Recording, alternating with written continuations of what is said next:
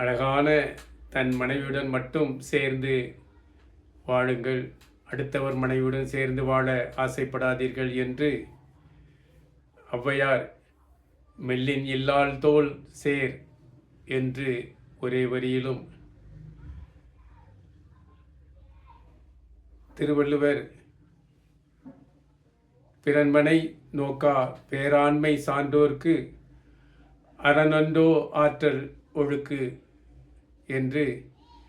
அடுத்தவர் மனைவியை நேசிப்பவர்கள் ஒழுக்கமற்றவர்கள் என்று கூறுகிறார்.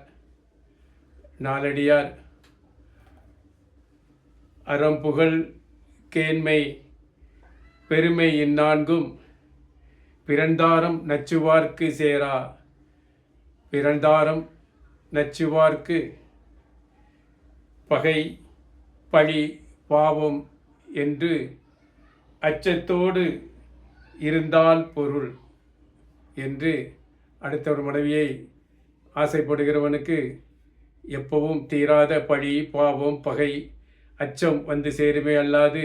பேரும் புகழும் வந்து சேராது என்று நாலடியார் கூறுகிறது.